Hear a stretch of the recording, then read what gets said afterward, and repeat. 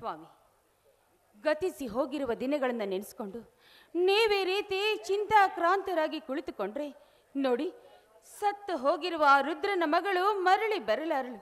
ಬನ್ನಿ, ದಯವಿಟ್ಟು ಇವತ್ತೊಂದು ದಿವಸನಾದರೂ ಈ ಹಾಲನ್ನು ಕುಡಿಯಿರಿ. ಬನ್ನಿ ಸ್ವಾಮಿ.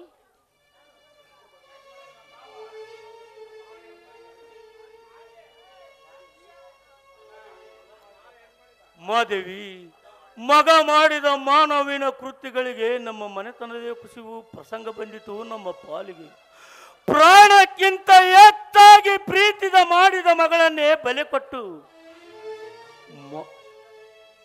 ಈ ಮನೆತನದ ಮಾನ ಮರ್ಯಾದೆಯನ್ನು ಉಳಿಸಿದ ಆ ಪುಣ್ಯಾತ್ಮನ ಋಣವನ್ನು ನಾವು ಯಾವತ್ತಿಗೂ ಮರೆಯಬಾರದು. ಮಗನೆಂದ ಮಮಕಾರನಲ್ಲಿ ಮನದಲ್ಲೇ ಸುಟ್ಟು ಹಾಕಿ ಹುಚ್ಚುತನದ ಆವೇಶದಲ್ಲಿ ನಿನ್ನ ಎತ್ತ ಮಗ ಮಾಡಿದ ತಪ್ಪಿಗಾಗಿ ನಾವು ಶಿಕ್ಷೆ ಎಂದಿಗೂ ಕೊಡೋದು, ಶಿಕ್ಷೆ ತೆಪ್ಪುವುದು ಯಾವಾಗಲ್ಲ ಮಾದೇವಿ. ಹಾಗಾದ್ರೆ ಮಗ ಮಾಡಿರುವ ಅದಕ್ಕಾಗಿ ನ್ಯಾಯದ ನಡುಗಂಬದ ಮನೆಯಲ್ಲಿ ನಿಂತು ನ್ಯಾಯವಂತನಾಗಿ ಒಂದು ನಿರ್ಧಾರವನ್ನೇ ತೆಗೆದುಕೊಂಡಿದ್ದೇನೆ ನನ್ನ ಮನದಲ್ಲಿ.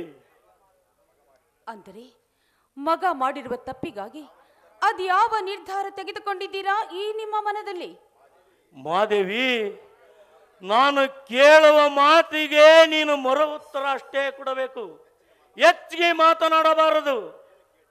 ಸ್ವಾಮಿ, ಅದೇನು ಕೇಳ್ತಿರೋ ಕೇಳಿ ಸ್ವಾಮಿ. ಮಾದೇವಿ, ನಾನು ನಿನಗೆ ಏನಾಗಬೇಕು? ನೋಡಿ, ನೀವು ನನ್ನ ಕರುಳಿಗೆ ತಾಳಿ ಕಟ್ಟಿರುವ ಗಂಡರಿ. ಅಂದ್ರೆ ನೀವು ನನ್ನ ಪಾಲಿನ ದೇವರು. ಆದರೆ ಗಂಡನ ಆಜ್ಞೆಯನ್ನು ಪಾಲಿಸುವುದು? ಹೌದು ರೀ, ಗಂಡನ ಆಜ್ಞೆಯನ್ನು ಪಾಲಿಸಬೇಕಾದದ್ದು ಸತಿಯಾದವಳ ಧರ್ಮ. ಅದು ಅಲ್ಲದೆ ಅದು ಅವಳ ಆದ್ಯ ಕರ್ತವ್ಯ ಕೂಡ. ಹೌದಲ್ಲವೇ? ಹೌದು. ಒಂದು ವೇಳೆ ಗಂಡನ ಆಜ್ಞೆಯನ್ನು ತಿರಸ್ಕರಿಸಿದರೆ? ನೋಡಿ, ಅಂಥವಳು ಸತಿಯಲ್ಲ, ಪತಿಗೆ ದ್ರೋಹ ಮಾಡಿದ ಸತಿ ದ್ರೋಹಿ ಅವಳು. ಸರಿ, ಹಾಗಾದರೆ ಈಗ ನಿನ್ನನ್ನು ಒಂದು ಮಾತು ಕೇಳುತ್ತೇನೆ, ನನ್ನ ಮಾತು ನಡೆಸಿಕೊಡುತ್ತೇನೆ ಎಂದು ಮಾತು ಕೊಡು ಮಹಾದೇವಿ. ನೋಡಿ ಸ್ವಾಮಿ, ಮಾತಿನ ಮರ್ಮವನ್ನ ಅರಿಯದೆ ನಾನು ನಿಮಗೆ ಮಾತು ಕೊಟ್ಟು ವಚನ ಭ್ರಷ್ಟಳಾಗುವುದಕ್ಕಿಂತ ನಿಮ್ಮ ಮಾತಿನ ಗುಟ್ಟು ಏನು ಅಂತ ತಿಳಿದ್ರೆ ನಾನು ಖಂಡಿತವಾಗಿಯೂ ನಿಮಗೆ ಮಾತು ಕೊಡುತ್ತೇನೆ ಸ್ವಾಮಿ. ಏಕೆ? ಸತಿಯಾದ ಪತಿಯ ಧರ್ಮ ಒಂದು ಇದೇ ತಾನೇ ನಿನ್ನ ಬಾಯಿಂದ ನುಡಿದಿರಿ ಅಲ್ವೇ? ಅಂದಾಗ ನನ್ನ ಮಾತಿನ ಅಂತರಂಗ ನಿನಗೆ ತಿಳಿಯುವ ಅವಶ್ಯಕತೆ ಇಲ್ಲವೇ? ನನ್ನ ಮಾತನ್ನು ನಡೆಸಿಕೊಡ್ತೀವೋ ಇಲ್ಲೋ ಅಷ್ಟೇ ಹೇಳು ಮಾದೇವಿ. ಆಗ್ಲಿ ಸ್ವಾಮಿ, ನಿಮ್ಮ ಮಾತು ನಡೆಸಿಕೊಡ್ತೀನಿ ಅಂತ ನಾನು ನನ್ನ ಹೆತ್ತವರ ಆಣೆ ಮಾಡಿ ಹೇಳ್ತಾ ಇದ್ದೀನಿ. ನೋಡಿ, ಖಂಡಿತವಾಗಿಯೂ ನಾನು ನಿಮ್ಮ ಮಾತನ್ನು ನಡೆಸಿಕೊಡ್ತೀನಿ. ಅದ್ಯಾವ ಮಾತು ಅಂತ ಹೇಳಿ ಸ್ವಾಮಿ. ಮಾದೇವಿ, ಸತಿ ಧರ್ಮದ ಭಕ್ತಿಯಲ್ಲಿ ಪತಿ ಕುಡಿಯಲ ಹಾಲನ್ನು ನನಗಾಗಿ ತಂದಿರುವಿ. ಆದರೆ ಇವತ್ತು ಈ ಹಾಲಿನ ಅವಶ್ಯಕತೆ ನನಗಿಲ್ಲ. ನೀ ತಂದ ಹಾಲು ನಿನ್ನ ಕೈಯಾರ ನಿತ್ಯ ರಾತ್ರಿ 10 ಗಂಟೆ ನಿನ್ನ ಮಗ ಕುಡಿಯುವ ನಿನ್ನ ಮಗನೇ ಕುಡಿಯಬೇಕು. ಆದರೆ ಈ ಕುಡಿಯುವ ಹಾಲಿನಲ್ಲಿ ವಿಷ ಬೆರಕಿ ಕೊಂದು ಬಿಡು ನಿನ್ನ ಮೂರ್ಖ ಮಗನನ್ನು.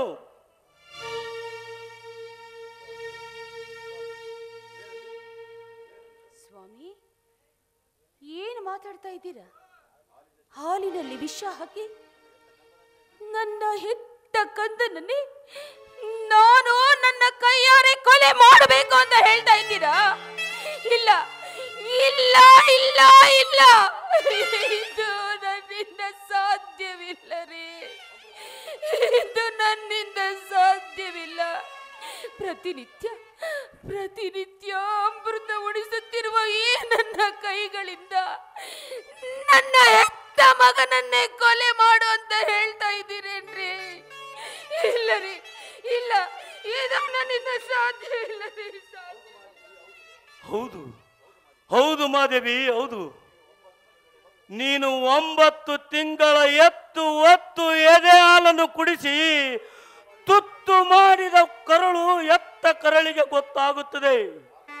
ಆದರೆ ವಿಧಿಯ ಉಲ್ಲಾಸದ ದುರಂತದಲ್ಲಿ ಎತ್ತ ಮಗನನ್ನೇ ಹೆತ್ತವರು ಬಲೆ ತೆಗೆದುಕೊಳ್ಳಬೇಕಾದ ಕರ್ಮ ಅವರ ಹಣೆ ಬರದಲ್ಲಿ ಬರೆದಿರುವಾಗ ಅದನ್ನು ತಪ್ಪಿಸಿಕೊಳ್ಳುವುದು ಯಾರಿಂದಲೂ ಸಾಧ್ಯವಿಲ್ಲ ಮಾದೇವಿ, ಸಾಧ್ಯವಿಲ್ಲ ಮಾದೇವಿ. ಮಗನೆಂದ ಮಮಕಾರನಲ್ಲಿ ಮನದಲ್ಲೇ ಸುಟ್ಟು ಹಾಕಿ ನನ್ನ ಮನೆತನದ ಮಾನ ಉಳಿಸಲು ಮುಂದಾಗು ಮಾದೇವಿ, ಮುಂದಾಗು. ಏಕೆಂದರೆ ಎತ್ತವರ ಮನೆಗಿಂತ ಎತ್ತ ಮಕ್ಕಳ ಪ್ರಾಣಕ್ಕಿಂತ ನನ್ನ ಮನೆತನದ ಮಾನವೇ ಮುಖ್ಯವಾಯಿತು ಮಾದೇವಿ. ಇದು ನಿಜವಾದ ಮಾನವಂತರ ಧರ್ಮ. ಈ ಮನೆಯ ಮಾನ ಉಳಿಸಕ್ಕಾಗಿ ನಿನ್ನ ಮಗನನ್ನು ಬಲಿ ತೆಗೆದುಕೊಳ್ಳಲೇಬೇಕು ಮಹಾದೇವಿ. ನನ್ನ ಮಗನ ಪ್ರಾಣ ಹೋಗುತ್ತೆ ಅಂತ ನಾನು ದುಃಖ ಪಡ್ತಾ ಇಲ್ಲ ರೀ. ಆದ್ರೆ ಹೆತ್ತ ತಾಯಿಯೇ ಮಗನಿಗೆ ವಿಷ ಹಾಕಿ ಸಾಯಿಸ್ದಳಲ್ಲ, ಅಂತ ತಾಯಂದಿರೋ ಈ ಪ್ರಪಂಚದಲ್ಲಿ ಇದ್ದರಂತ ನಾನು ದುಃಖ ಪಡ್ತಾ ಇದ್ದೀನಿ, ದುಃಖ ಪಡ್ತಾ ಇದ್ದೀನಿ. ಯಾಕಿಲ್ಲ ಮಾದೇವಿ, ಯಾಕಿಲ್ಲ? ದೈವ ಪರೀಕ್ಷಿಸಲು ನಿಂತಾಗ ಭಕ್ತ ಸಿರಿಯ ಆಜ್ಞನಿಗೆ ಸತಿಯಾದ ಮಗನನ್ನು ಬಲೆ ಕೊಡಲಿಲ್ಲವೇ?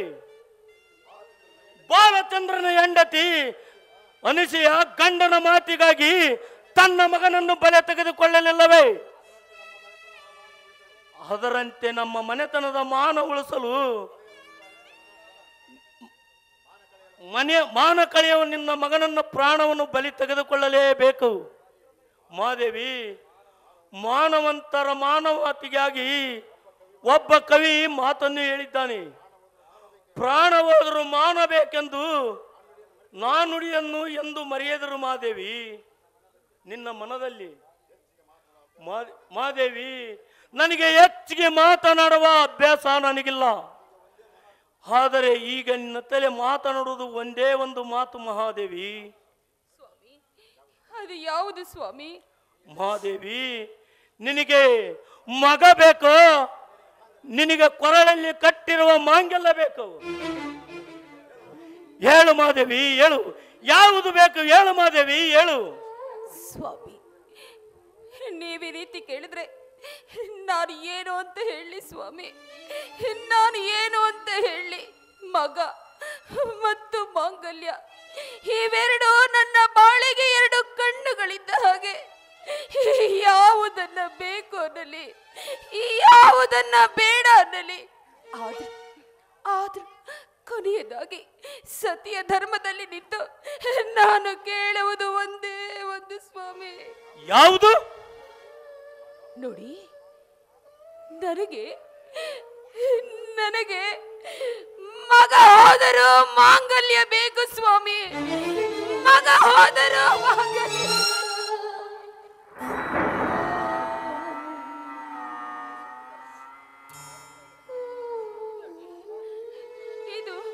ಇದು ನನ್ನ ಸತಿ ಧರ್ಮ ರೀ, ನನ್ನ ಸತಿ ಧರ್ಮ.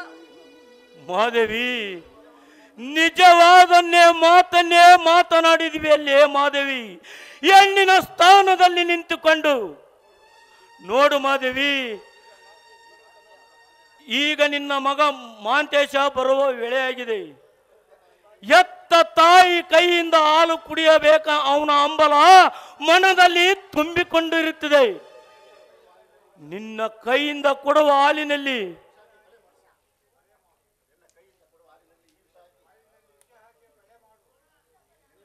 ನಿನ್ನ ಕೈಯಿಂದ ಹಾಲಿನಲ್ಲಿ ವಿಷ ಹಾಕಿ ಕೊಂದು ಬಿಡು ಈ ನಿನ್ನ ಮೂರ್ಖ ಮಗನನ್ನು. ಒಂದು ವೇಳೆ ಒತ್ತು ಮುಳುಗೋದ್ರೊಳಗಾಗಿ ನಿನ್ನ ಎತ್ತ ಮಗನನ್ನು ನೀನು ಕೊಲೆ ಮಾಡದೆ ಹೋದರೆ ನಿನ್ನ ಕೊರಳಿಗೆ ಮಾಂಗಲ್ಯ ಕಟ್ಟಿದ ಈ ನಿನ್ನ ಗಂಡ ರಾತ್ರಿನೇ ಆತ್ಮಹತ್ಯೆ ಮಾಡಿಕೊಳ್ಳುತ್ತಾನೆ. ಮಹಾದೇವಿ, ಮತ್ತೆ ನಮ್ಮಿಬ್ಬರನ್ನು ಉಳಿಸಿ ನೀನು ಸತ್ತರೆ ನನ್ನ ಮೇಲೆ ಆಣೆಯಾಗಿದೆ ನೋಡು. ಯಾವುದನ್ನು ಉಳಿಸಿಕೊಳ್ಳಬೇಕು, ಯಾವುದನ್ನು ಕಳೆದುಕೊಳ್ಳಬೇಕನ್ನೋದು ನಿರ್ಧಾರವೇ ನಿನಗೆ ಬಿಟ್ಟದ್ದು. ನಾನು ಮರಳಿ ಬರುವಷ್ಟರಲ್ಲಿ ನಿನ್ನ ಮಗ ಮನೆಯಲ್ಲಿರಬಾರದು, ನಿನ್ನ ಮಗನ ಹೆಣ ಬಿದ್ದಿರಬೇಕು. ಇಲ್ಲದಿದ್ದರೆ ನಿನ್ನ ಕೊರಳಿಗೆ ಮಾಂಗಲ್ಯ ಕಟ್ಟಿದ ಗಂಡ ಇದು ನಿನ್ನದಲ್ಲ. ಮಾಂಗಲ್ಯ ನಿರ್ಧಾರ ಮಾಡು ಮಹಾದೇವಿ, ಇದು ನಿನ್ನ ಸತಿಗೆ ಬಿಟ್ಟದ್ದು.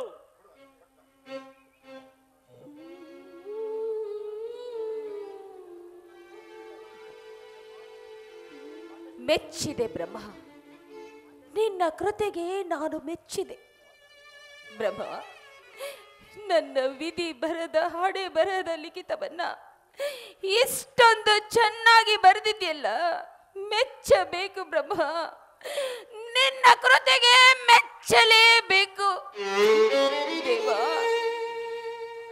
ಮಗನೆಂಬ ಹಸಿ ಮಾಂಸದ ಮುದ್ದೆಯನ್ನಾಗಿ ಮಾಡಿ ಈ ನನ್ನ ಒಡಿಯಲ್ಲಿ ಕಟ್ಟಿದೆ.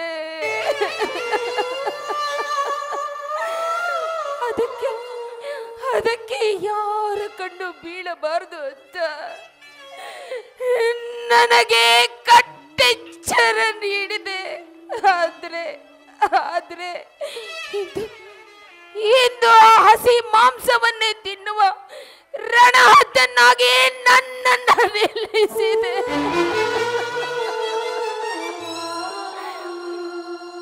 ಮೆಚ್ಚಬೇಕು ಬ್ರಹ್ಮ, ನಿನ್ನ ಕೃತಿಗೆ ಮೆಚ್ಚಲೇಬೇಕು. ಅದಕ್ಕೆ ಬಲ್ಲವರು ಹೇಳಿರುವುದು, ಬ್ರಹ್ಮನ ಬರಹವನ್ನ ಬಲ್ಲವರು ಯಾರು ಅಂತ. ಬ್ರಹ್ಮ, ಈ ಭೂಮಿಯ ಮೇಲೆ ನಾನು ಬದುಕಬಾರದು ಅಂತ ನೀನು ತೀರ್ಮಾನ ತಗೊಂಡಿದ್ದೆ ನಿಜವಾದ್ರೆ ನನ್ನನ್ನೇಕೆ ಭೂಮಿಯ ಮೇಲೆ ಜಾರಿಸಿದೆ? ಇಂಥ ಪವಿತ್ರವಾಗಿರುವ ಭೂಮಿಯ ಮೇಲೆ ಹುಟ್ಟಿರುವ ನಾನು, ಇಂಥ ಪವಿತ್ರವಾದ ಭೂಮಿಯ ಮೇಲೆ ಹುಟ್ಟಿರುವ ನಾನು ಈ ಅಪವಾದದ ಕಿರೀಟವನ್ನ ನಾನು ಹೊತ್ತುಕೊಳ್ಳಬೇಕೆ? ಹೌದು, ನನ್ನ ಪತಿ ನನಗೆ ಆಜ್ಞೆ ಮಾಡಿ ಹೋಗಿದ್ದಾರೆ. ಮಗನಿಗಿಂತ ಮುಂಚೆ ಹೆಂಡತಿಯಾದವಳು ಪತಿಯ ಧರ್ಮವನ್ನ ಪಾಲಿಸಬೇಕು. ನಾನು ನನ್ನ ಪತಿಯ ಆಜ್ಞೆಯನ್ನ ಪಾಲಿಸಲೇಬೇಕು.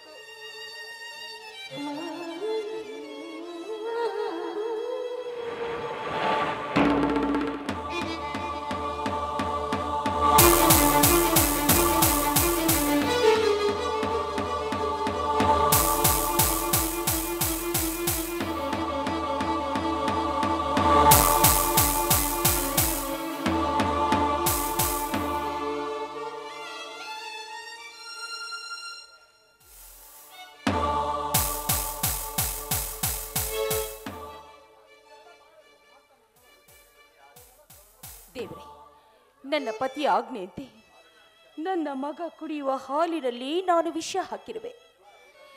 ಇದು ಸತಿ ಧರ್ಮ. ನಾನು ನಿನ್ನಲ್ಲಿ ಕೇಳಿಕೊಳ್ಳುವುದಿಷ್ಟೇ. ನಿಜವಾಗಿಯೂ ಹೇ ಪ್ರಪಂಚದಲ್ಲೇ ಮಾತೃ ವಾತ್ಸಲ್ಯ ಉಳಿದಿದೆ ಅನ್ನುವುದಾದ್ರೆ ನನ್ನ ಮಗ ಕುಡಿಯುವ ವಿಷದ ಹಾಲು ಅಮೃತವಾಗುವಂತೆ ಮಾಡುವ ಭಾರ ನಿನ್ನನ್ನೇ ಕೂಡಿದೆಯಪ್ಪ, ನಿನ್ನನ್ನೇ ಕೂಡಿದೆ.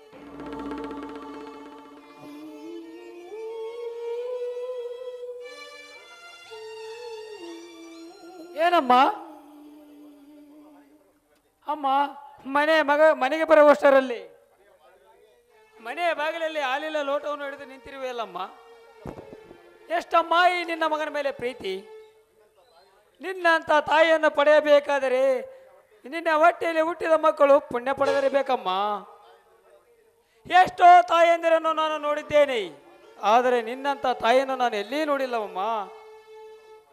ಹೌದು ಮಾಂತೇಶ, ನೀನು ಎಷ್ಟೋ ಜನ ತಾಯಂದಿರನ್ನ ನೋಡಿರಬಹುದು, ಆದರೆ ನನ್ನಂಥ ತಾಯಿಯನ್ನ ಈ ಜಗತ್ತಿನಲ್ಲೇ ನೀನೆಲ್ಲಿ ನೋಡಿರಲು ಸಾಧ್ಯವಿಲ್ಲಪ್ಪ.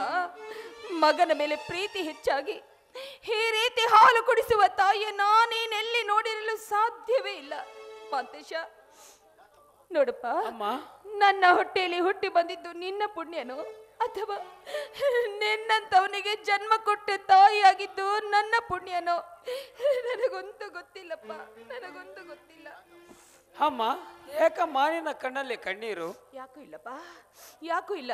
ನಾನು ನಿನಗೆ ಹಾಲು ಕೊಡ್ತಾ ಇದ್ದೀನಲ್ಲ, ಆ ಸಂತೋಷಕ್ಕಾಗಿ ಅಷ್ಟೇ ಅಪ್ಪ. ಹಾಲು ಕುಡಿಸುವುದಕ್ಕೆ ಕಣ್ಣೀರು ಹಾಕುವುದೇನಮ್ಮ? ಇರ್ಲಿ ಮಗು, ನೋಡಪ್ಪ, ಹೆಚ್ಚಿಗೆ ಏನು ಮಾತು ಬೇಡ. ತಗೋ ಮಂತೇಶ, ಹಾಲು ಕುಡಿಯಪ್ಪ.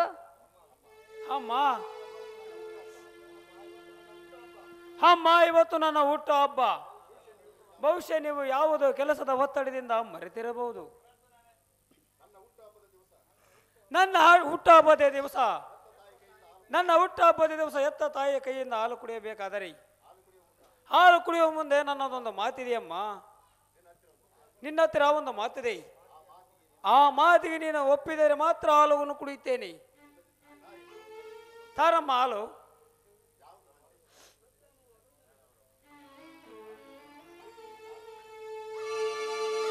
ಮಂತೇಶ, ಆ ನಿನ್ನ ಮಾತು ಯಾವುದು ಅಂತ ನಾನು ತಿಳಿಯಬೇಕಲ್ಲಪ್ಪ. ಅಮ್ಮ ಅಮ್ಮ, ಇವತ್ತು ನನ್ನ ಹುಟ್ಟು ಹಬ್ಬ. ನಾನು ಮಾಡಿದ ತಪ್ಪನ್ನು ನಿನ್ನ ಮುಂದೆ ಹೇಳಬೇಕಂತ ನಿರ್ಧಾರ ಮಾಡಿಕೊಂಡಿದ್ದೇನಮ್ಮ. ಏಕೆಂದರೆ ಈ ಜಗತ್ತಿನಲ್ಲಿ ಮಕ್ಕಳು ಮಾಡಿದ ತಪ್ಪನ್ನು ಯಾರು ಕ್ಷಮಿಸಿದ್ದರು ನಿನ್ನಂತ ಎತ್ತ ತಾಯಿ ಕ್ಷಮಿಸಲು ಭರವಸೆ ನನಗಿದೆ ಅಮ್ಮ, ನನಗಿದೆ. ಎತ್ತ ತಾಯಿ ಮುಂದೆ ಸತ್ಯವನ್ನು ಹೇಳಿದರೆ ತಪ್ಪನ್ನು ಒಪ್ಪಿ ತನ್ನ ಮಡಿಲಲ್ಲಿ ಹಾಕಿಕೊಂಡು ವಾತ್ಸ ಪ್ರೀತಿಯಿಂದ ಮನ್ನಿಸುತ್ತಾಳಂತ ವಿಣರು ಒಣಿದೆಯಮ್ಮ.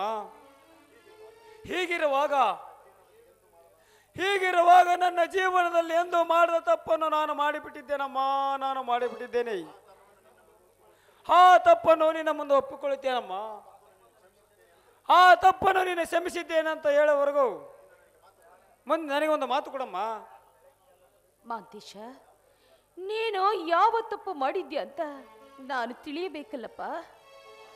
ಅಮ್ಮ ಅಮ್ಮ, ಈ ಮಾನವಂತರ ಮನೆಯ ಮಗನಾಗಿ ಪುಣ್ಯವಂತರ ನಿಮ್ಮಂತ ಎತ್ತ ತಂದೆ ತಾಯಿಯರ ಹೊಟ್ಟೆಯಲ್ಲಿ ಹುಟ್ಟಿ ಮಾಡಬಾರದ ಕೆಲಸವನ್ನು ನಾನು ಮಾಡಿಬಿಟ್ಟಿದ್ದೇನಮ್ಮ, ಮಾಡಿಬಿಟ್ಟಿದ್ದೇನೆ. ಅದೇನೆಂದರೆ ನಮ್ಮನ್ನೇ ನಂಬಿದ ಒಂದು ಬಡ ಕುಟುಂಬದ ಹೆಣ್ಣಿನ ಮೇಲೆ ಬಲಾತ್ಕಾರ ಮಾಡಿಬಿಟ್ಟಿದ್ದೇನೆ. ನಾನು ಮಾಡಿದ ತಪ್ಪಿಗೆ ಆ ಹೆಣ್ಣು ಆತ್ಮಹತ್ಯೆ ಮಾಡಿಕೊಂಡು ಸತ್ತು ಬಿಟ್ಟಳು. ಆ ಸಾವಿಗಂತ ಇಲ್ಲಿರೋ ಜನಕ್ಕೆ ಯಾರಿಗೆ ಗೊತ್ತಿಲ್ಲಮ್ಮ. ಇವತ್ತು ನಿನ್ನ ಮುಂದೆ ಆ ಸತ್ಯವನ್ನು ಒಪ್ಪಿಕೊಳ್ಳುತ್ತಿದ್ದೇನೆ. ನಾನೇ ಕಾರಣಂತ ಒಪ್ಪಿಕೊಳ್ಳುತ್ತೇನಮ್ಮ. ಏಕಮ್ಮ ನಗ್ತಾ ಇದ್ದೀಯಾ? ಮಾಂತೇಶ, ಬೆಕ್ಕು ಕಣ್ಣು ಮುಚ್ಚಿಕೊಂಡು ಹಾಲು ಕುಡಿದ್ರೆ ಜಗತ್ತೇ ನೋಡಿಲ್ಲ ಅಂತ ತಿಳ್ಕೊಂಡಿತ್ತಂತಪ್ಪ. ಅಂದರೆ ಈ ವಿಷಯ ನಿನಗೂ ಗೊತ್ತೇನಮ್ಮ? ಛೇ, ಇಲ್ಲಪ್ಪ, ಇದು ಯಾವ ವಿಷಯನೂ ನನಗೆ ಗೊತ್ತಿಲ್ಲ. ಈಗ ನೀನೇ ತಾನೇ ಹೇಳಿದ್ದು. ಹೋ, ಹೌದೇ ಅಮ್ಮ. ನಿನ್ನ ಪಾದ ಮುಟ್ಟಿ ಹೇಳ್ತೇನೆ, ಇಂಥ ತಪ್ಪು ನಾನು ಎಂದಿಗೂ ಮಾಡಲಾರೆನಮ್ಮ. ನನಗೆ ಹೆಂಡತಿಯಾಗಿ ಬರುವ ಹೆಣ್ಣನ್ನು ಬಿಟ್ಟು ಇನ್ನು ಈ ಜಗತ್ತಿನಲ್ಲಿ ಎಲ್ಲ ಹೆಣ್ಣುಗಳನ್ನು ನನ್ನ ಅಕ್ಕ ತಂಗಿರಂತ ತಿಳಿದುಕೊಳ್ಳುತ್ತೇನಮ್ಮ. ಇನ್ನು ಯಾವ ಹೆಣ್ಣನ್ನು ಕಣ್ಣೆತ್ತಿ ಸಹ ನೋಡುವುದಲ್ಲಮ್ಮ. ಆದರೆ ಈ ಒಂದು ತಪ್ಪನ್ನು ಕ್ಷಮಿಸಿದ್ದೇನಂತ ಹೇಳಮ್ಮ. ನನ್ನ ಮಸ್ತಕದ ಮೇಲೆ ನಿನ್ನ ಅಂಗೈ ಹಸ್ತವನ್ನಿಟ್ಟು ಹಾಣೆ ಮಾಡಿ ಹೇಳಬೇಕಮ್ಮ. ಹಂಗಾದ್ರೆ ಮಾತ್ರ ಹಾಲನ್ನು ಕುಡಿಯುತ್ತೇನೆ. ಅಲ್ಲಿಯವರೆಗೆ ಹಾಲನ್ನು ಕುಡಿಯಲಾರೇನಮ್ಮ. ಬರೀ ಹಾಲು ಕುಡಿಯುವುದು ಅಷ್ಟೇ ಅಲ್ಲಮ್ಮ, ವಿಷ ಕೊಟ್ಟರು ಕುಡಿತೇನೆ. ಆದರೆ ನೀನು ಮಾತ್ರ ಕ್ಷಮಿಸಿದ್ದೇನೆ ಅಂತ ಹೇಳ್ಬೇಕಮ್ಮ. ಏಕಮ್ಮ ಮೌನವಾಗಿರುವೆ? ಮಾಂತೇಶ, ನೋಡು, ನಾನು ನಿನಗೆ ಏನು ಅಂತ ಆಶೀರ್ವಾದ ಮಾಡ್ಲಿಕ್ಕಂದ. ನಾನು ನಿನಗೆ ಏನು ಅಂತ ಆಶೀರ್ವಾದ ಮಾಡ್ಲಿ. ಆ ದೈವ ದೂರ ಆದ್ರೆ ಹಡೆದವರು ಸಹಿತ ಕೈ ಹಿಡಿಯುವುದಿಲ್ಲ ಅನ್ನೋದಕ್ಕೆ ನಾನು ಏನು ಅಂತ ಆಶೀರ್ವಾದ ಮಾಡ್ಲಿ. ನೋಡಪ್ಪ, ನೋಡು, ಮೊದಲು ನೀನು ಹಾಲು ಕುಡಿ, ಆಮೇಲೆ ನಾನು ನಿನಗೆ ಆಶೀರ್ವಾದ ಮಾಡ್ತೀನಿ. ಆಯ್ತೇನಪ್ಪ? ಈ ಮಾತು ಸತ್ಯವೇನಮ್ಮ? ಹೌದಪ್ಪ, ಸತ್ಯವಾಗಿಯೂ ಹೇಳ್ತಾ ಇದ್ದೀನಿ. ಸರಿ, ಮೊದಲು ತಾಯಿ ಆಸೆ ಗೆಲ್ಲಲಿ. ತೆಗೆದುಕೊಂಡು ಬಾರಮ್ಮ ಹಾಲನ್ನು.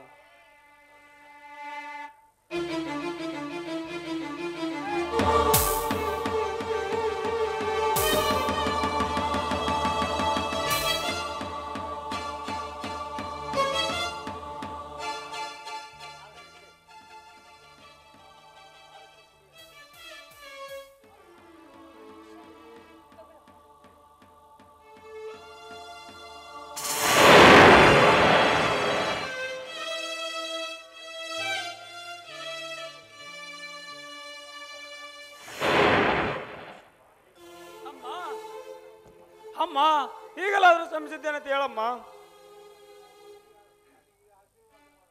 ಈಗಲಾದ್ರೂ ನನಗೆ ಆಶೀರ್ವಾದ ಮಾಡಮ್ಮ. ಶ್ರಮಿಸಿದ್ದೇನೆ ಅಂತ ಹೇಳಮ್ಮ. ಮಾತೇಶ, ನೋಡಪ್ಪ, ನಿನಗೆ ಆಶೀರ್ವಾದ ಮಾಡುವಷ್ಟು ಯೋಗ್ಯತೆಯನ್ನ ಈ ಕ್ಷಣದಲ್ಲಿ ನಾನು ಪಡೆದುಕೊಂಡು ಬಂದಿಲ್ಲಪ್ಪ, ನಾನು ಪಡೆದುಕೊಂಡು ಬಂದಿಲ್ಲ. ಈಗ ಈಗ ನಾನು ನಿನ್ನ ಪಾಲಿಗೆ ತಾಯಿಯಲ್ಲಪ್ಪ. ನಿನ್ನ ಸಾವನ್ನ ಹೊಡಲು ಬಂದಿರುವ ನಾನು ನಿನ್ನ ಪಾಲಿನ ಯಮ ಮಾಂತೇಶ, ಯಮ. ಅಮ್ಮ ಯಾರು ಹೇಳ್ತಿದ್ದೀಯಮ್ಮ ನೀನು? ಹೌದಪ್ಪ, ಸತ್ಯವಾದ ಮಾತನ್ನೇ ಹೇಳ್ತಾ ಇದ್ದೀನಿ ಮಾತೇಶ. ನೀನೀಗ ಕುಡಿದಿಲ್ಲ, ನೀನೀಗ ಕುಡಿದಿರುವುದು ಬರೀ ಹಾಲಲ್ಲಪ್ಪ, ಅದು ವಿಷ ಮಾತೇಶ, ವಿಷ. ಇಲ್ಲ ಇಲ್ಲ, ಹೆತ್ತ ತಾಯಿ ಸುಳ್ಳು ಹೇಳುವುದಿಲ್ಲ. ಹೌದು ಮಗನೇ. ಅಮ್ಮ ನೀನ್ ಹೇಳುವ ಮಾತು ಸತ್ಯವೇನಮ್ಮ? ಸತ್ಯ ಅಮ್ಮ, ಈ ಜಗತ್ತಿನಲ್ಲಿ ಎಲ್ಲ ತಾಯಿಂದರು ಮಕ್ಕಳಿಗೆ ವಿಷ ಹಾಕಿ ಕೊಲ್ಲುವುದುಂಟೇನಮ್ಮ? ಕೊಲ್ಲುವುದುಂಟೆ. ಈ ಮಾತು ನನ್ನನ್ನು ಎತ್ತ ಒಳಗೆ ನೀನು ಹೇಳುತ್ತಿದ್ದೀಯನಮ್ಮ, ನೀನು ಹೇಳುತ್ತಿದ್ದೀಯ. ಹೌದು ಮಾತೇಶ, ನಿನ್ನ ಹೆತ್ತ ತಾಯಿಯಾಗೆ ಹೇಳ್ತಾ ಇದ್ದೀನಿ ಮಾತೇಶ. ನಿನ್ನ ಹೆತ್ತವಳ ಹಾಲು ವಿಷವಾಯಿತು ಮಗನೇ, ನಿನ್ನ ಹೆತ್ತವಳ ಹಾಲು ವಿಷವಾಯಿತು ಕಂದ, ವಿಷವಾಯಿತು. ಅಮ್ಮ ಅಮ್ಮ, ಎತ್ತ ತಾಯಿ ಕೈಯಿಂದ ವಿಷ ಕುಡಿದ ಮಗ ಸಾಯುವುದು ನನ್ನ ಹಣೆ ಬರದಲ್ಲಿ ಬರೆದಿದ್ದರೆ ನಿನ್ನನ್ನೇಕೆ ಹೊಣೆ ಮಾಡಲಿ ತಾಯಿ, ನಿನ್ನನ್ನೇಕೆ ಹೊಣೆ ಮಾಡಲಿ?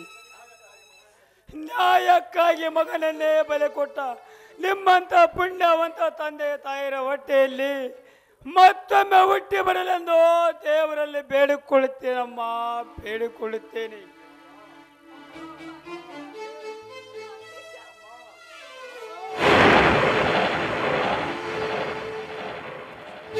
ಅಮ್ಮ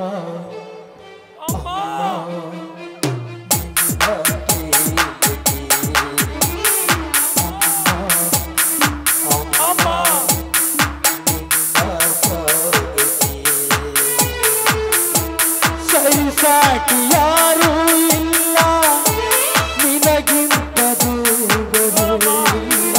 ಈ ಕುಡಿದ ರಕ್ತ ಹಾಲು ಹೇಗೆ ವಿಷವಾಗಿ ಕಾಯುತ್ತದೆ?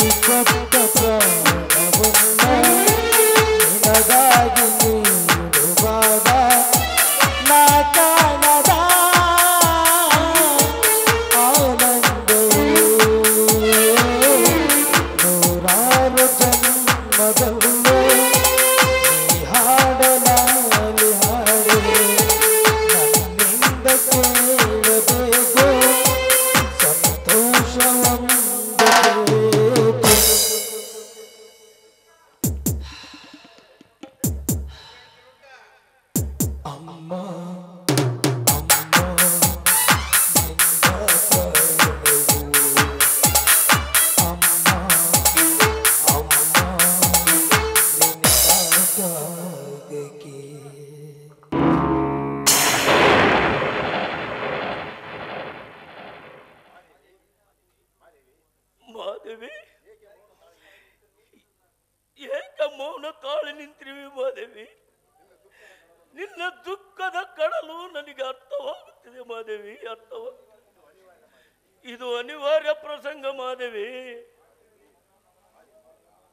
ಮಾದೇವಿ, ನಿನ್ನ ಮಗ ಮರಣ ಹೊಂದಿಲ್ಲ ಮಾದೇವಿ. ನಂದ ದೀಪವೇ ಹೋಗಿದಂತ ಮೇಲೆ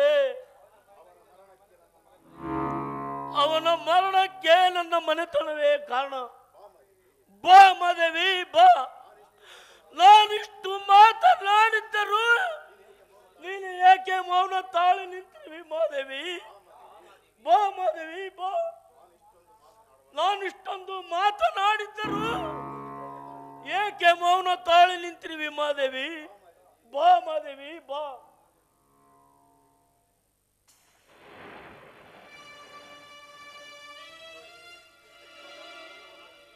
ಬನ್ನಿ ಸ್ವಾಮಿ, ಬನ್ನಿ. ನೋಡಿ, ನಿಮ್ಮ ಮಗನ ಮರಣವನ್ನು ನೋಡಿ ನಿಮ್ಮ ಮನಸ್ಸಿಗೆ ಆನಂದವಾಗಿರ್ಬೇಕಲ್ಲ. ಬನ್ನಿ ಸ್ವಾಮಿ, ಬನ್ನಿ. ನಿಮ್ಮ ಮಗನ ಹೆಣವನ್ನ ನೋಡಿ ನಿಮ್ಮ ಮನಸ್ಸಿಗೆ ಸಂತೋಷ ಪಡ್ಕೊಳ್ಳಿ ಸ್ವಾಮಿ, ಸಂತೋಷ. ಮಾದೇವಿ, ಮಾದೇವಿ, ಮಾತನ್ನು ಮುಂದರಿಸಬೇಡ ಮಾದೇವಿ. ಈ ವಿಷಯ ಊರು ಜನರಿಗೆ ಗೊತ್ತಾದರೆ ನಮ್ಮ ಮನೆ ಮುಂದೆ ಸಾಲಾಗಿ ನಿಲ್ಲುತ್ತಾರೆ ಜನಗಳು. ಜನರಿಗೆ ಗೊತ್ತಾಗುವಷ್ಟರಲ್ಲಿ ಶವ ಸಂಸಾರ ನಡೆದು ಹೋಗಲಿ. ಅದಕ್ಕೆ ಬೇಗ ವ್ಯವಸ್ಥೆ ಮಾಡುತ್ತೇನೆ. ನೀನು ಇಲ್ಲೇರು ಮಾದೇವಿ. ನಿಲ್ಲಿ ಸ್ವಾಮಿ, ಯಾಕೋ ಗೊತ್ತಿಲ್ಲ, ಕೊನೆಯದಾಗಿ ಒಂದೇ ಒಂದು ಸಲ ನಿಮ್ಮ ಪಾದ ಮುಟ್ಟಿ ನಮಸ್ಕಾರ ಮಾಡಬೇಕು ಅಂತ ನನ್ನ ಮನಸ್ಸಿಗೆ ಹೇಳ್ತಾ ಇದೆ. ದಯವಿಟ್ಟು ದಯವಿಟ್ಟು ನಿಂತ್ಕೊಳ್ಳಿ ಸ್ವಾಮಿ, ನನಗೆ ಆಶೀರ್ವಾದ ಮಾಡಿ ಸ್ವಾಮಿ. ಏಕೆ ಮಾದೇವಿ, ಏನೇನೋ ಮನ ಬಂದಂತೆ ಮಾತನಾಡುತ್ತಿರುವಿಯಲ್ಲ. ನನ್ನೊಂದಿಗೆ ಬದುಕನ್ನು ಮುಂದುವರಿಸುವ ಆಸೆ ನಿನಗಿಲ್ಲದಂತೆ ಕಾಣುತ್ತೆ. ನಾನು ಮಾಡಿದ ಕೃತ್ಯವಾದರೂ ನಿನ್ನ ಮನಸ್ಸಿಗೆ ಇಡಿಸಲಿಲ್ಲವೇ? ನೀನು ನನಗೆ ಒಂದು ಮಾತನ್ನು ಹೇಳಿದ್ದಿ ಮಹಾದೇವಿ. ನಿನ್ನ ಕಣ್ಣೆದುರಿಗೆ ನಾನು ವಿಷಯವನ್ನು ಸೇವಿಸಿ ಮರಣ ಹೊಂದುತ್ತೇನೆ ಮಹಾದೇವಿ, ಮರಣ ಹೊಂದುತ್ತೇನೆ. ನೋಡಿ, ದಯವಿಟ್ಟು ದಯವಿಟ್ಟು ಅಂಥ ಮಾತನ್ನ ಮಾತ್ರ ಮಾತಾಡಬೇಡಿ. ಯಾಕೆ ಗೊತ್ತಾ, ಮನೆಯ ಮಾರಕ್ಕಾಗಿ, ಈ ಮನದ ಮನತನಕ್ಕಾಗಿ ನಿಮ್ಮ ಬದುಕನ್ನೇ ತ್ಯಾಗ ಮೂಡಿರುವ ತ್ಯಾಗಮೂರ್ತಿಗಳು ನೀವು. ಅಂದಾಗ ಸತ್ಯ, ನ್ಯಾಯ, ಧರ್ಮ ಅಂತ ಪ್ರತಿನಿತ್ಯ ನಿಮ್ಮನ್ನ ನೀವೇ ತ್ಯಾಗ ಮಾಡ್ಕೊಂಡು ಬಿಟ್ಟಿದ್ದೀರ. ಆದ್ರೆ ದೈವ ದುರಂತದಲ್ಲಿ ಈ ಘಟನೆ ನಡೆಯಬಾರ್ದಾಗಿತ್ತು, ನಡೆದೇ ಹೋಯ್ತು ರೀ. ನಿಮಗ್ ಗೊತ್ತಿಲ್ಲ ರೀ, ನಿಮಗ್ ಗೊತ್ತಿಲ್ಲ. ನನ್ನ ಹೆತ್ತ ಮಗುವಿಗೆ ವಿಷ ಹಾಕಿ ಕೊಲೆ ಮಾಡಬೇಕಾದ್ರೆ ಈ ಹೆತ್ತ ಕರಳಿಗೆ ಅದೆಷ್ಟು ಸಂಕಟವಾಗಿದೆ ಅಂತ ನಿಮಗೆ ಗೊತ್ತಿಲ್ಲ ರೀ. ಮಹಾದೇವಿ, ನೀನು ನೀನು ಹೌದು ರೀ, ನನ್ನ ಮಗನಿಗೆ ವಿಷ ಕೊಡಿಸುವ ಬದಲು ಅದರರ್ಧ ಭಾಗದಷ್ಟು ವಿಷವನ್ನ ನಾನು ಕುಡಿದಿದ್ದೇನೆ ರೀ, ನಾನು ಕುಡಿದಿದ್ದೇನೆ. ಮಹಾದೇವಿ, ಏನು ಹೇಳುತ್ತಿರುವೆ ಮಹಾದೇವಿ, ಏನು ಹೇಳುತ್ತಿರುವೆ? ಹೌದು ಸ್ವಾಮಿ, ನಿಜವನ್ನೇ ಹೇಳ್ತಾ ಇದ್ದೀನಿ. ನಿಮ್ಮಂತ ನಿಷ್ಠವಂತ ಪುಣ್ಯವಂತ ಗಂಡನನ್ನ ಪಡೆಯಬೇಕಾದ್ರೆ ನಿಜಕ್ಕೂ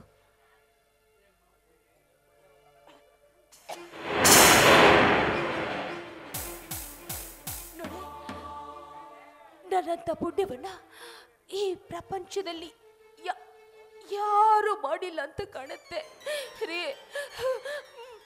ಮುಂದಿನ ಜನ್ಮ ಅನ್ನೋದಿದ್ರೆ ಖಂಡಿತವಾಗಿಯೂ ನಾನು ನಿಮ್ಮ ಹೆಂಡತಿಯಾಗಿ ಬರ್ತೀನಿ. ನಿಮ್ಮನ್ನ ಪಡೆದಿರುವ ನಾನೇ ದೇವಿ, ನೀನು ಮಡದಿಯಲ್ಲ ಮಹಾದೇವಿ, ನೀನು ಮಡದಿಯಲ್ಲ, ಮಹಾದೇವತಿ ನೀನು ಮಹಾದೇವಿ, ಮಹಾದೇವತಿ. ಪತಿ ಆಜ್ಞೆಯನ್ನು ಪಾಲಿಸುವುದು ಮಹಾಸತಿ ಮಹಾದೇವಿ, ಮಹಾಸತಿ.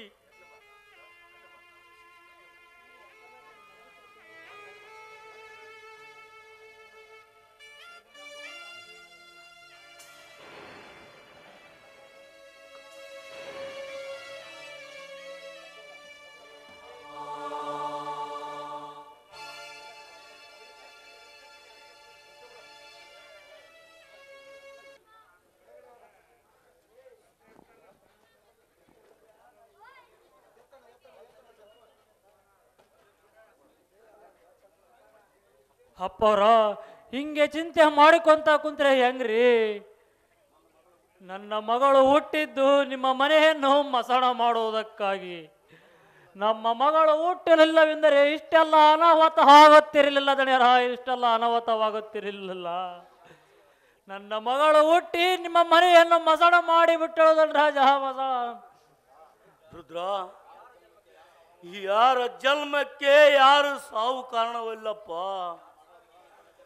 ನಿನ್ನ ಮಗಳ ಪ್ರಾಣವನ್ನು ಕಳೆದುಕೊಂಡರು ನನ್ನ ಮನೆತನದ ಮಾನ ಉಳಿಸಿದಿ ರುದ್ರ, ಮನೆತನದ ಮಾನವನ್ನು ಉಳಿಸಿದಿ. ಈ ಒಂದು ಕಾರಣಕ್ಕಾಗಿ ತೆಗೆದುಕೋ ಈ ನನ್ನ ಕಾಗದ ಪತ್ರಗಳನ್ನೆಲ್ಲ.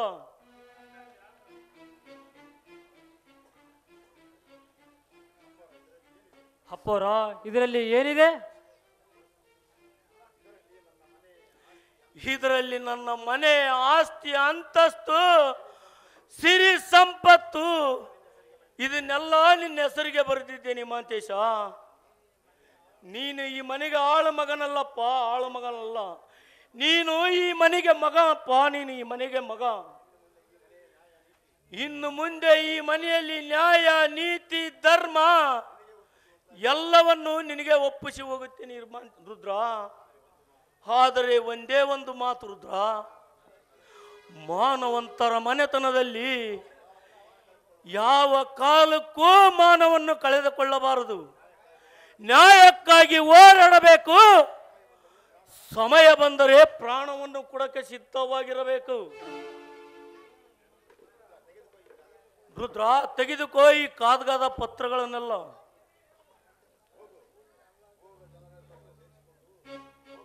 ಹೋಗು, ಊರಿನ ಜನರನ್ನು ಎಲ್ಲ ಕರೆದುಕೊಂಡು ಅವರ ಸಮ್ಮುಖದಲ್ಲಿ ನೀನೇ ಈ ಮನೆಗೆ ಮಗ ಅಂತ ತಿಳಿಸಿಬಿಡು ಅವರಿಗೆ.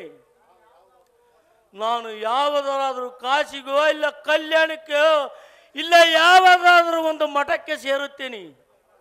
ಅಪ್ಪವ್ರ, ಇದೇನು ಮಾತನಾಡುತ್ತೀರಿ ಅಪ್ಪವ್ರ? ನಾನೊಂದು ಈ ಮನೆತನಕ್ಕೆ ಇಷ್ಟೊಂದು ಅಯೋಗ್ಯನೇ? ನನ್ನ ಮನೆಯ ಮಾನವನ್ನು ಉಳಿಸಿದಾಗಲೇ ನಾನು ಅರ್ಥವನ್ನು ಮಾಡಿಕೊಂಡೆ. ಉಂಡವರ ಹುಟ್ಟವರನ್ನು ಉಣಿಸುವಂತ ನೀನೊಬ್ಬನೇ ಈ ಜಗತ್ತಿನಲ್ಲಿ. ಅದಕ್ಕಾಗಿ ನೀನೇ ಈ ಮನೆಗೆ ತಕ್ಕ ಮಗ ರುದ್ರ, ಈ ಮನೆಗೆ ನೀನೇ ತಕ್ಕ ಮಗ. ಇರಲಿ,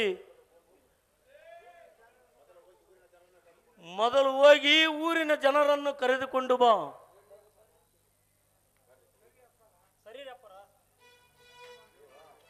ದೇವಾ ದೇವಾ, ಇದು ಏನು ನನ್ನ ಬಾಳಿನಲ್ಲಿ ಇಂಥ ನನ್ನ ಬದುಕೆಂಬ ಸಂತೆ ಚದರಂಗದ ಆಟ ಆಗಾಯಿತು. ನಾನು ಯಾವ ಪಾಪ ಮಾಡಿದನೆಂದು ನನಗೆ ಈ ಶಿಕ್ಷೆ? ಹೇಳು ದೇವಾ, ಹೇಳು. ಕಲ್ಲಾಗಿ ಕುಳಿತ ಕಳ್ಳ ನೀನು. ಎಲ್ಲವನು ಬಲ್ಲವನಾಗಿ ಗೊತ್ತಿಲ್ಲದಂತೆ ನಮ್ಮನ್ನೇ ವಾಣೆ ಮಾಡುತ್ತಿರುವಿಯಲ್ಲ ದೇವಾ. ಮಹಾನೀಚ ನೀನು. ಅಲ್ಲಲ್ಲ, ಇದು ದೈವ ಪ್ರಸಂಗ, ಇದು ನಮ್ಮ ದೈವ ದುರಂತ.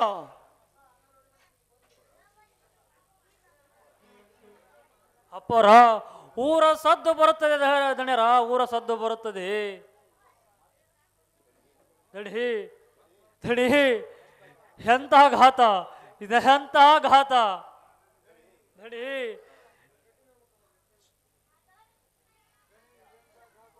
ದಡಿ, ಇದೆಂತ ಘಾತ.